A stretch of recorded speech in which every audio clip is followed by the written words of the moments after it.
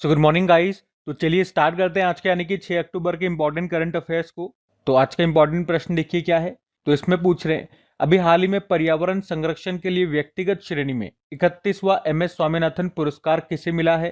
तो आंसर होगा वीरप्पन को। एक्चुअली में अभी पर्यावरण संरक्षण के लिए 31वां डॉक्टर एमएस स्वामीनाथन पुरस्कार rotary club of Madras east के द्वारा दिया गया।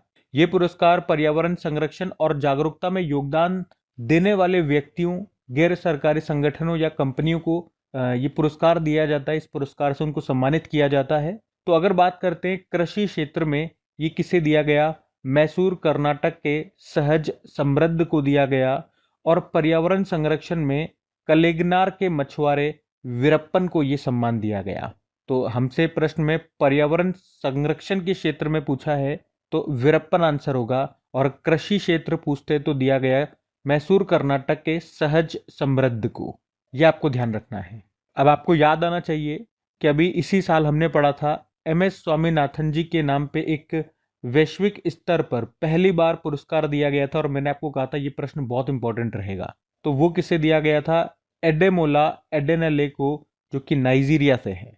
और वैसे इस साल आप देखोगे तो एमएस स्वामीनाथन जी से संबंधित कई तरह के प्रश्न मैंने आपको एक साथ करवाए हैं। जहां जहां से भी प्रश्न बने हैं एक बार फिर से मैं आपको करवाता हूं, ताकि इनसे संबंधित बनने वाले हर तरह का प्रश्न आप कर सको।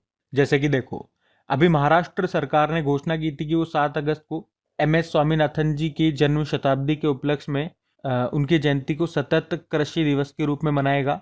कब 7 अगस्त को मनाया। एमएस स्वामीनाथन, जिन्हें भारत में हरित क्रांति का जनक कहा जाता है। अच्छा, विश्व में हरित क्रांति का जनक किन्हें कहा जाता है। नॉर्मन बोरलॉग को, जो कि अमेरिकी थे। इन्हें 2024 में भारत रत्न, भारत का सर्वोच्च सम्मान मिला था। पद्म विभूषण 1989 में मिला, पद्म भूषण 1972 में, पद्मश्री 1967 में। इनका जन्म हुआ था 7 अगस्त 1925 को तमिलनाडु में। और यूनाइटेड नेशन एनवायरनमेंट प्रोग्राम ने उन्हें आर्थिक पारिस्थितिकी का जनक, फादर ऑफ इकोनॉमिक इकोलॉजी भी कहा है। और एमएस स्वामीनाथन जी ने ही एमएसपी, मिनिमम सपोर्ट प्राइस को लागत का 1.5 गुना करने की सिफारिश की थी। पहला विश्व खाद्य पुरस्कार ये एमएस स्वामीनाथन जी को मिला था। कब, 1987 में। और अभी इसी साल इनके ऊपर एक बुक आई है जिसका नाम है MS Swaminathan the man who fed India. इसको लिखा प्रियंबदा जयकुमार ने। और अभी हमने पढ़ा था खाद्य एवं शांति के लिए एमएस स्वामीनाथन पुरस्कार के पहले प्राप्तकर्ता बने कौन। प्रोफेसर एडेमोला एडेनले, जो कि नाइजीरिया से है। और पीएम मोदी ने अभी 7 अगस्त 2025 को, जो इनकी जयंती होती है 7 अगस्त को, और 100वीं जयंती मनाई गई इस बार। तो पीएम मोदी ने इसी उपलक्ष्य में नई दिल्ली में एमएस स्वामीनाथन शताब्दी अंतर्राष्ट्रीय सम्मेलन का उद्घाटन किया था, जिसकी थीम थी सदाबहार क्रांति, जैविक खुशी का मार्ग। तो इस साल एमएस स्वामीनाथन जी से संबंधित ये जो मोस्ट इंपॉर्टेंट प्रश्न थे मैंने आपको करवा दिए। कुछ स्टैटिक प्रश्न भी करवा दिए। ये सब ध्यान में रखने हैं आपको, कहीं से भी प्रश्न आ सकता है, क्योंकि इस साल हमने उनकी 100वीं जयंती मनाई है। तो प्रश्न आ सकता है। ठीक है, अगला प्रश्न देखते हैं। फिर अगले में पूछ रहे हैं अभी हाल ही में किस राज्य के पर्यटन विभाग को ग्लोबल न्यूज नेटवर्क का वैश्विक पर्यटन पुरस्कार 2025 मिला। तो आंसर होगा आंध्र प्रदेश। तो अभी आंध्र प्रदेश पर्यटन विभाग को ग्लोबल टूरिज्म 2025 से सम्मानित किया गया। और क्यों मिला इसे ये सम्मान। तो भारत के प्रमुख पर्यटन स्थलों में राज्य की स्थिति को मजबूत करने के उनके उल्लेखनीय प्रयासों के लिए इनको ये सम्मान मिला है। क्योंकि आंध्र प्रदेश में आपको कई तरह के पर्यटन टूरिज्म मिल जाएंगे। जैसे कि आध्यात्मिक पर्यटन की अगर बात करें तो तिरुपति चले जाओ, अमरावती चले जाओ। धरोहर पर्यटन की बात करें तो लेपाक्षी मंदिर चले जाओ। सागरीय पर्यटन की बात करें तो विशाखापट्टनम चले जाओ। और इको और एडवेंचर टूरिज्म की बात करें तो अराकू वैली चले जाओ। तो मतलब यहाँ पे सभी तरह का पर्यटन आपको उपलब्ध होगा। और इसी के लिए अभी आंध्र प्रदेश पर्यटन विभाग को ग्लोबल न्यूज नेटवर्क का वैश्विक पर्यटन पुरस्कार 2025 मिला है। अब बात आंध्र प्रदेश की हो रही है तो ये रहा मैप में आंध्र प्रदेश। कैपिटल अमरावती है, मुख्यमंत्री एन चंद्रबाबू नायडू, गवर्नर है एस अब्दुल नजीर। राज्य के पशु काला हिरण हो गया, पक्षी है तोता, पुष्प है चमेली का वृक्ष है, नीम का भाषा है तेलुगु। राजीव गांधी नेशनल पार्क है, यहाँ पे पापीकोंडा नेशनल पार्क है, श्री वेंकटेश्वर नेशनल पार्क है, नागार्जुन सागर टाइगर रिजर्व है, करिंगा वाइल्ड लाइफ सेंचुरी है। और उगादी फेस्टिवल होता है यहाँ पे, डेक्कन फेस्टिवल होता है, कुचिपुड़ी नृत्य यहीं का है। नागार्जुन सागर बांध है यहाँ पे कृष्णा नदी पर, श्रीशैलम बांध है कृष्णा नदी पर, पोलावरम बांध है गोदावरी नदी पे। पुलिकट लेक मिलेगी आपको, कोलेरू लेक आपको यहाँ पर मिल जाएगी। कुछ करंट अफेयर्स देखें यहाँ से। जैसे कि बात करें, अभी नासा के international air and space programme को पूरे करने वाली पहली भारतीय महिला कौन बनी? डांगेती जाह्नवी, आंध्र प्रदेश से हैं। प्रोजेक्ट 17A स्टील फ्रिगेट में से पहले INS नीलगिरी का कहाँ पे तैनात किया गया था? विशाखापट्टनम। और इसी से संबंधित एक और प्रश्न हमने पढ़ा कि प्रोजेक्ट 17A के तहत 2 स्टील गाइडेड मिसाइल फ्रिगेट को, मतलब जहाजों को तैनात किया गया था, नौसेना में शामिल किया गया था। नाम है INS उदयगिरी और INS हिमगिरी। कहाँ से? विशाखापट्टनम से। डिजी लक्ष्मी योजना शुरू हुई। भारत का पहला AI+ कैंपस कहाँ पर खुलेगा? अमरावती, आंध्र प्रदेश। दूसरा बिम्स्टेक बंदरगाह सम्मेलन 2025 हुआ, Visakhapatnam, Andhra Pradesh. Green hydrogen summit 2025 हुआ, आंध्र प्रदेश। अन्नदाता सुखी भव योजना यहाँ शुरू हुई। 28वीं राष्ट्र ई गवर्नेंस सम्मेलन 2025 विशाखापट्टनम में हुआ। सबसे बड़ा टाइगर रिजर्व, ये अच्छा स्टैटिक प्रश्न है। भारत का सबसे बड़ा टाइगर रिजर्व एरिया की दृष्टि से, या ये आपको मिलेगा आंध्र प्रदेश में, जो नागार्जुन सागर श्रीशैलम टाइगर रिजर्व है वही है। और याद रखना भी, भारत का दूसरा सबसे बड़ा एरिया की दृष्टि से दूसरा सबसे बड़ा टाइगर रिजर्व बन गया है पश्चिम बंगाल का सुंदरबन टाइगर रिजर्व। और 2026 में भारतीय टूर ऑपरेटर संघ का 41वां वार्षिक सम्मेलन होगा विशाखापट्टनम में। और अभी 2025 वाला पूरी उड़ीसा में हुआ। स्वास्थ्य सेवा पहल भारत ब्रेन शुरू हुई, ये आंध्र प्रदेश में। आंध्र प्रदेश ने तिरुपति में एक अंतरिक्ष शहर और मदकसीरा में 2 रक्षा निर्माण केंद्र स्थापित करने की घोषणा की थी। इसके लिए स्काईरूट एरोस्पेस कंपनी हैदराबाद की, उसके साथ समझौता किया था। ठीक है, तो ये सारे पॉइंट्स ध्यान में रखना। अगला प्रश्न देखते हैं। फिर अगले में पूछ रहे हैं, हाल ही में पहली बार नवीन मरुस्थलीय मृदा निर्माण तकनीक का उपयोग करके कहाँ गेहूं की खेती की गई है? तो आंसर होगा राजस्थान में। तो अभी नवीन मरुस्थलीकरण मृदा निर्माण तकनीक, जिसे आप कहोगे सॉइलिफिकेशन तकनीक, इसका उपयोग करके गेहूं की पहली सफल खेती ये राजस्थान के अजमेर जिले के बांसेली गांव में की गई है, जहां राजस्थान केंद्रीय विद्यालय के वैज्ञानिकों ने बंजर रेत को उपजाऊ मिट्टी में बदला है। तो ये तकनीक बायो फॉर्मुलेशन यानी कि जैव सूत्रीकरण और पॉलीमर का उपयोग करके ढीले रेत के कणों को बांधा गया, जिससे मृदा संरचना बेहतर हुई और जल धारण क्षमता में वृद्धि हुई। अच्छा, यहाँ पे जो गेहूं की खेती हुई है उसमें जो गेहूं का बीज है वो कौन सा है? गेहूं 4079। अच्छा, ये जो तकनीक का इस्तेमाल यहाँ पे किया गया जिससे रेत को उपजाऊ मिट्टी में बदला गया, बंजर रेत को उपजाऊ मिट्टी में बदला गया, कौन सी तकनीक है वो? इंग्लिश में बोलोगे तो डेजर्ट सॉइल बिल्डिंग टेक्निक या सॉइलिफिकेशन टेक्निक बोल दो। हिंदी में बोलोगे तो नवीन मरुस्थलीकरण मृदा निर्माण तकनीक। ये तकनीक बंजर रेत को उपजाऊ मिट्टी जैसी सामग्री में बदल देती है। और इस प्रयोग का उद्देश्य है पश्चिमी रेगिस्तान के थार मरुस्थल के विस्तार को रोकना और बंजर भूमि को कृषि योग्य बनाना। अच्छा, मिट्टी की यहाँ पे बात चल रही है तो एक प्रश्न तो बेसिक था यहाँ पे ये बच जाएगा। मृदा के अध्ययन को स्टडी ऑफ सॉइल क्या कहा जाता है? पेडोलॉजी कहा जाता है। और मृदा से ही 2-3 प्रश्न आपके लिए लेकर के आया हूँ। अभी मृदा स्वास्थ्य को बढ़ावा देने के लिए हर खेत स्वस्थ खेत नाम से एक अभियान लॉन्च किया था। किसने? हरियाणा ने। विश्व मृदा दिवस होता है 5 दिसंबर को। मृदा स्वास्थ्य कार्ड दिवस ये 19 फरवरी को। मृदा स्वास्थ्य कार्ड योजना 19 फरवरी 2015 को मोदी जी ने शुरू की थी। कहाँ से? राजस्थान के सूरतगढ़ से। जिसका उद्देश्य था किसानों को मिट्टी की गुणवत्ता के बारे में जानकारी देना और उर्वरकों के सही इस्तेमाल के लिए प्रोत्साहित करना। और हमारे एक मृदा कलाकार हैं, मतलब सैंड आर्टिस्ट हैं, उनका नाम भी याद रखना, सुदर्शन पटनायक उनका नाम है, उड़ीसा से बिलोंग करते हैं। और राजस्थान से याद आएगा, अभी वंदे भारत रख रखाव डिपो ये कहाँ पर खुला गया है? जोधपुर में। और खेलो इंडिया यूनिवर्सिटी गेम्स का भी 5वां संस्करण ये कहाँ पर होगा? जयपुर राजस्थान में होगा। ठीक है, ध्यान रखना ये सब। अगला प्रश्न देखते हैं। फिर अगले में पूछ रहे हैं, हाल ही में Mahatma Gandhi and the environment नामक पुस्तक को किसने लिखा है? तो आंसर होगा TN खोशू ने। तो प्रसिद्ध पर्यावरण वैज्ञानिक हैं TN खोशू, और इन्होंने ही अभी ये बुक लिखी है जिसका पूरा नाम है महात्मा गांधी और पर्यावरण, गांधीवादी पर्यावरणीय विचारों का विश्लेषण। तो इस बुक में लेखक ने महात्मा गांधी जी के मूल पारिस्थितिक विचारों को संकलित किया है, मतलब कंपाइल किया है, और उन्हें आधुनिक चुनौतियों के संदर्भ में प्रस्तुत किया है। अच्छा, इस बुक की प्रस्तावना किसने लिखी है? डॉक्टर RK पचौरी ने। वे जलवायु परिवर्तन पर अंतर सरकारी पैनल के पूर्व अध्यक्ष रह चुके हैं। तो बुक का नाम अगर देखोगे तो ये याद रख लो, Mahatma Gandhi and the environment, इस बुक का नाम है, आप देख सकते हो। फोटो भी मैंने लगा दिया है और इसको लिखा है TN खोशू ने।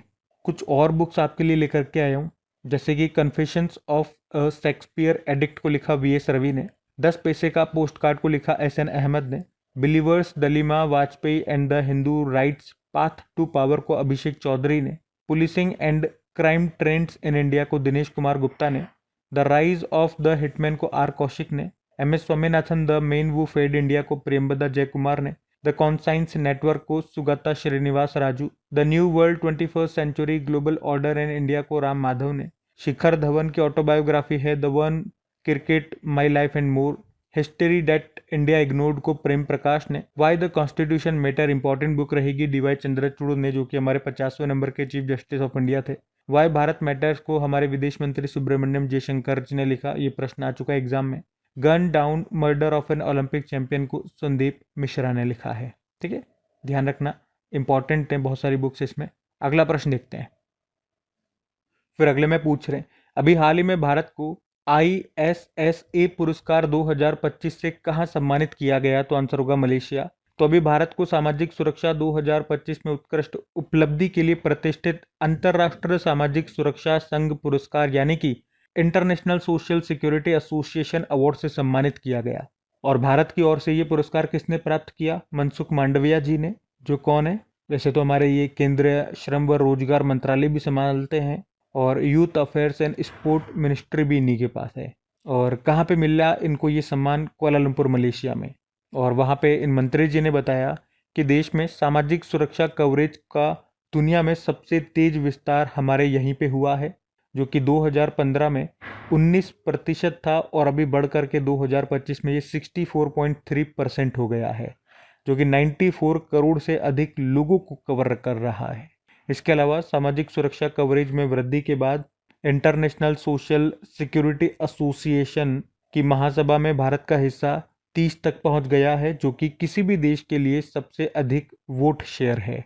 बाकी बात करें कि अंतर्राष्ट्रीय सामाजिक सुरक्षा संघ की, इंटरनेशनल सोशल सिक्योरिटी एसोसिएशन की, जिसकी स्थापना होती है 1927 में, जिसका उद्देश्य है सामाजिक सुरक्षा प्रशासन में उत्कृष्टता को बढ़ावा देकर दुनिया भर में गतिशील सामाजिक सुरक्षा को बढ़ावा देना।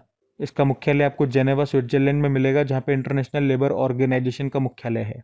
अब भारत को ये पुरस्कार मिला है, तो भारत और किन किन कारण से अभी न्यूज में था, कुछ प्रश्न मैं आपको करवाता हूँ। अभी भारत को समुद्री नौवहन सहायता के अंतर्राष्ट्रीय संगठन का उपाध्यक्ष भी चुना गया था, जिसका मुख्यालय पेरिस में है।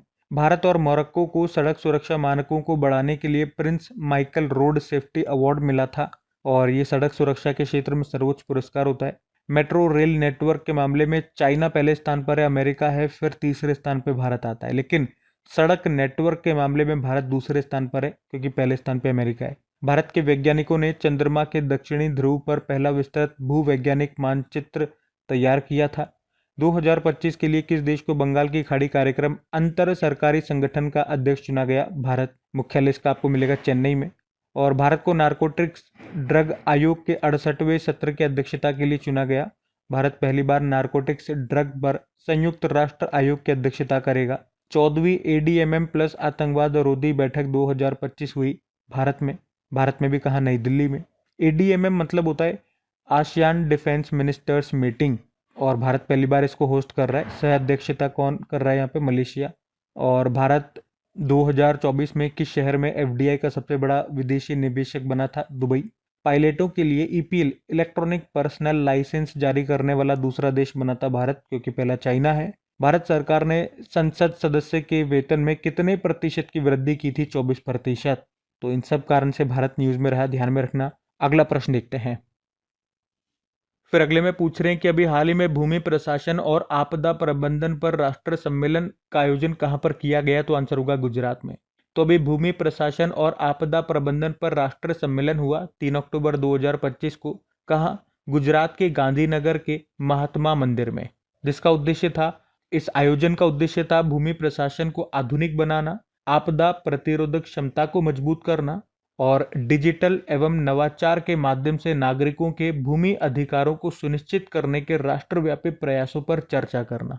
ठीक है, तो याद रखना, भूमि प्रशासन और आपदा प्रबंधन पर अभी राष्ट्रीय सम्मेलन हुआ गुजरात के गांधीनगर में। इसी तरह से कुछ और सम्मेलन मैं आपको रिवाइज करवाता हूँ, जैसे कि अभी 28वीं राष्ट्रीय ई गवर्नेंस सम्मेलन का आयोजन हुआ था विशाखापत्तनम में, अखिल भारतीय स्पीकर सम्मेलन हुआ नई दिल्ली में, और याद रखना सरदार वल्लभ भाई पटेल जी के बड़े भाई थे विट्ठल भाई पटेल, वे केंद्रीय विधानसभा के पहले भारतीय निर्वाचित अध्यक्ष रहे थे। ये स्टैटिक प्रश्न बनेगा आपका। पहला त्रिसेवा सेमिनार रण संवाद 2025 हुआ था मध्य प्रदेश के महू में। भारतीय टूर ऑपरेटर संघ का 41वां वार्षिक सम्मेलन होगा विशाखापत्तनम में, 2025 वाला हुआ था पूरी उड़ीसा में। 68वां राष्ट्रमंडल संसदीय सम्मेलन हुआ ब्रिज टाउन बारबाडोस में। 5वां आसियान भारत यूथ समिट हुआ गोवा में। पहली बार दिल्ली के बाहर अनुसूचित जाति जनजाति संसदीय पर समिति का राष्ट्र सम्मेलन हुआ भुवनेश्वर में। 20वां ग्लोबल सस्टेनेबिलिटी समिट हुआ नई दिल्ली में। सेमिकॉन इंडिया 2025 का आयोजन दिल्ली के यशोभूमि में हुआ, जिसका उद्घाटन मोदी जी ने किया था। तीसरा पूर्वोत्तर विमानन शिखर सम्मेलन हुआ ये ईटानगर अरुणाचल प्रदेश में। और इंटरनेशनल कॉन्फ्रेंस ऑन स्पेस 2025 हुआ बेंगलुरु में। 5वां वर्ल्ड टीक कॉन्फ्रेंस हुआ अभी कोच्चि केरल में, और ये पहली बार था जब इसका आयोजन भारत में हुआ। 5वां राजभाषा सम्मेलन ये गुजरात में हुआ था, जिसका उद्घाटन गृह मंत्री अमित शाह ने किया था गुजरात के गांधीनगर में। ठीक है, ये सब ध्यान में रखना। अगला प्रश्न देखते हैं। फिर अगले में पूछ रहे हैं कि अभी केंद्रीय पर्यावरण मंत्री हैं हमारे भूपेंद्र यादव, इन्होंने कहा नमो वन की आधारशिला रखी है? तो आंसर होगा हरियाणा में। तो हमारे जो केंद्रीय पर्यावरण मंत्री हैं भूपेंद्र यादव, अभी इन्होंने हरियाणा के मानेसर में नमो वन की आधारशिला रखी है। कब? 2 अक्टूबर 2025 को, क्योंकि हमने पढ़ा था कि 2 से लेकर 8 अक्टूबर तक वन्य जीव सप्ताह मनाया जाता है, तो उसी को ध्यान में रखते हुए ये मानेसर में नमो वन की आधारशिला रखी गई। नमो वन क्या है? आप कहोगे ये एक नई पर्यावरण अनुकूल पार्क पहल है, जिसे मुख्य शहरों में शुरू किया गया है, जो हरित स्थलों को बढ़ाने और शहरी स्थिरता को प्रोत्साहित करने के लिए प्रधानमंत्री नरेंद्र मोदी के राष्ट्रव्यापी प्रयास का हिस्सा है। और यहीं पर एक पेड़ माँ के नाम अभियान के तहत यहाँ पर 750 प्रकार के पौधे रोपित किए जाएंगे। तो प्रश्न हमारा यही था, केंद्रीय पर्यावरण मंत्री जो भूपेंद्र यादव है, इन्होंने कहा पर नमो वन की आधारशिला रखी? आंसर होगा हरियाणा के मानेसर में। और मानेसर से याद आएगा, अर्बन लोकल बॉडीज का जो पहला सम्मेलन है वो भी मानेसर हरियाणा में ही हुआ था। अब बात हरियाणा की चल रही है तो ले चलते हैं आपको हरियाणा। ये रहा मैप में हरियाणा, देखो हरियाणा ये रहा। कैपिटल चंडीगढ़ हो गई, मुख्यमंत्री नायब सैनी, गवर्नर है प्रोफेसर आशिम कुमार घोष। यहाँ का स्टेट एनिमल ब्लैक बग हो गया, स्टेट बर्ड है ब्लैक फ्रैंकोलिन, स्टेट फ्लावर है लोटस का, स्टेट ट्री है पीपल का। बाकी और कुछ प्रश्न यहाँ से देख लो। जनता की कहानी मेरी आत्मकथा, यहाँ के जो पूर्व गवर्नर थे बंडारू दत्तात्रेय, उनकी ऑटोबायोग्राफी थी। मारुति सुजुकी ने भारत की सबसे बड़ी इन प्लांट रेलवे साइडिंग कहाँ पर खोली थी? मानेसर हरियाणा प्लांट में। भारत का पहला विश्व शांति केंद्र का उद्घाटन किया गया था गुरुग्राम में। शहरी स्थानीय निकायों का प्रथम राष्ट्र सम्मेलन मानेसर गुरुग्राम में हुआ। और एशिया का सबसे बड़ा जंगल सफारी बनेगा हरियाणा में। हरियाणा में जो अरावली के पहाड़ है वहाँ पे। ब्रिटेन के साउथहैम्पटन विश्वविद्यालय ने गुरुग्राम में अपना पहला विदेशी परिसर खोला। हमारे जो पर्यावरण मंत्री भूपेंद्र यादव, इन्होंने गुरुग्राम में मात्र वन पहल को शुरू किया था। लाडो लक्ष्मी योजना ये हरियाणा में शुरू हुई। और जापान की एक कंपनी है TDK कॉरपोरेशन, इसने लिथियम आयन बैटरी प्लांट का उद्घाटन किया था हरियाणा के सोहना में। और गुरुग्राम में नौसेना का एक नया नेवल बेस INS अरावली, इसको नौसेना में शामिल किया गया था। कहाँ पर है? गुरुग्राम में बना है। ठीक है, तो ये ध्यान रखना। ये अगला प्रश्न देखते हैं। फिर अगले में पूछ रहे हैं, हाल ही में 2025 टाइम 100 नेक्स्ट सूची में शामिल होने वाले एकमात्र क्रिकेटर कौन बन गए? तो आंसर होगा यशस्वी जायसवाल। तो अभी टाइम मैगजीन ने भारतीय ओपनर यशस्वी जायसवाल को दुनिया के 100 उभरते सितारों की लिस्ट में शामिल किया है। और आप यूं भी कह सकते हो कि यशस्वी जायसवाल 2025 टाइम 100 नेक्स्ट में शामिल होने वाले इकलौते क्रिकेटर है। वैसे तो इस सूची में 6 भारतीयों को शामिल किया गया है, लेकिन पूरी लिस्ट में एकमात्र क्रिकेटर हैं यशस्वी जायसवाल, तो इनका नाम ज्यादा इंपॉर्टेंट रहेगा, तो इनका नाम ध्यान में रखना। अगला प्रश्न देखते हैं। फिर अगले में पूछ रहे हैं, अभी हाल ही में प्राचीन बंदरगाहों और विरासत स्थलों को एक साथ जोड़ने के लिए स्पाइस रूट पहल किसने शुरू की? तो आंसर होगा केरल। आप जानते हो केरल को मसालों का बाग कहा जाता है, हर बार पढ़ते हैं हम।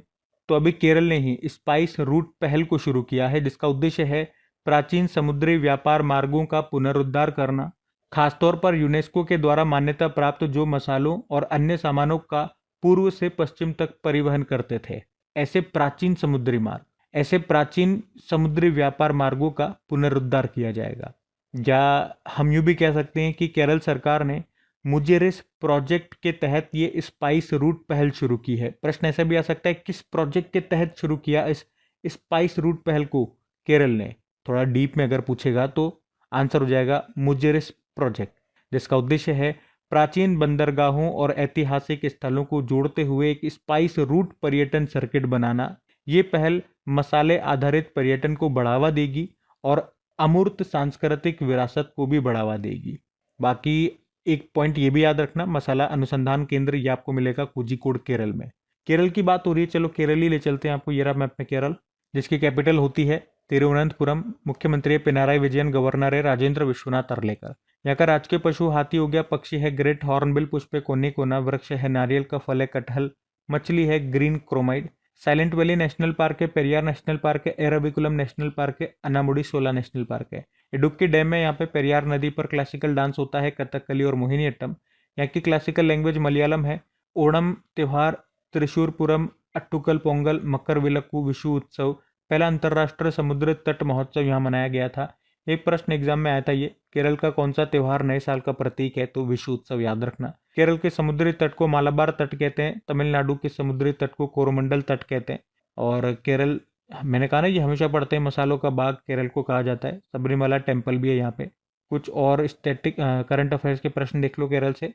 अभी एरालम वाइल्ड लाइफ सेंचुरी, जो कि भारत की पहली बटरफ्लाई सेंचुरी बनी है, ये आपको मिलेगी केरल में। और पर्यावरण मंत्रालय ने जो मैनेजमेंट इफेक्टिवनेस इवैल्यूएशन इंडेक्स जारी किया था, उसमें टॉपर केरल है। केरल का पहला स्किन बैंक ये आपको मिलेगा तिरुवनंतपुरम में। और अर्थुंकल पुलिस स्टेशन भारत का पहला ISO प्रमाणित स्टेशन बना, ये केरल के अल्लापुजा जिले में स्थित है। केरल के पूर्व मुख्यमंत्री थे 11वें नंबर के VS अच्युतानंद, निधन हो गया। फेसलेस GST अधिनिर्णय, GST एडजुडिकेशन न्यायिक निर्णय के लिए पायलट परियोजना लागू करने वाला पहला राज्य बना केरल। केरल के पर्यटन ने पेटा गोल्ड अवार्ड 2025 जीता। भारत का पहला 100% डिजिटल साक्षर राज्य बना था केरल। किस प्रोग्राम के तहत? डिजी केरलम प्रोग्राम। और इसी से 3 प्रश्न याद रखना। भारत का पहला ई साक्षर जिला पूछेंगे, केरल का मल्लपुरम। भारत का पहला 100% डिजिटल साक्षर पंचायत पूछेंगे, केरल की पुल्लमपारा पंचायत। और पूर्ण कार्यात्मक साक्षर राज्य ये मिजोरम बना था। और ये जो मिजोरम है, किस प्रोग्राम के तहत इसने ये अचीवमेंट हासिल किया था? तो केंद्र का है उल्हास प्रोग्राम, उसके तहत। ठीक है, तो ये सारे पॉइंट्स ध्यान में रखना। बाकी ये थी आज की हमारी करंट अफेयर्स की क्लास। कमेंट करके जरूर बताना सेशन आपको कैसा लगा। अच्छा लगा तो इसे अपने दोस्तों के साथ में स्टडी ग्रुप में शेयर जरूर कीजिएगा। वीडियो को लाइक नहीं करा तो लाइक जरूर कर देना। बाकी चलो अभी हम कल के करंट अफेयर्स का क्विक रिविजन कर लेते हैं और सेशन एंड करते हैं। तो कल पहला प्रश्न आपसे पूछा था, हाल ही में समुद्री जल को स्वच्छ जल में बदलने के लिए साइफन संचालित तापीय विलवणीकरण प्रणाली किसने विकसित की? IISc बेंगलुरु। और राइट लाइवलीहुड अवार्ड 2025 कितने व्यक्तियों या संस्थाओं को दिया गया? 4 को। बन्नी महोत्सव ये मनाया गया अभी आंध्र प्रदेश में। और एक बुक आई है they will shoot you madam, इसको लिखा है हरविंदर बावेजा ने। विश्व पशु दिवस मनाया जाता है 4 अक्टूबर को। सरल नाम से AI टूल अभी लॉन्च किया था अनुसंधान नेशनल रिसर्च फाउंडेशन ने। स्वीकृत राष्ट्रीय दलहन मिशन के लिए कितनी राशि आवंटित की गई है? 11,440 करोड़ रुपए। और प्रख्यात लोक कलाकार गोपीनाथ स्वयं का निधन हो गया। उन्हें किस वर्ष पद्मश्री मिला? 2024। और भारत में 71वां वन्य जीव सप्ताह वाइल्ड लाइफ वीक ये कब से कब तक मनाया गया? 2 से लेकर 8 अक्टूबर। और आखिरी प्रश्न था, $500 अरब की नेटवर्थ हासिल करने वाले दुनिया के पहले व्यक्ति बन गए एलन मस्क। बाकी चलो कल का भी होमवर्क प्रश्न देखते हैं और सेशन एंड करते हैं। तो कल आपसे पूछा था 2025 यूनेस्को गिलर्मो कैनो विश्व प्रेस स्वतंत्रता पुरस्कार से किसे सम्मानित किया गया? तो आंसर होगा ला प्रेंस अखबार को, निकारागुआ का ये। आप सभी ने प्रश्न का बिल्कुल सही उत्तर दिया। अब ये आज का आपका होमवर्क प्रश्न।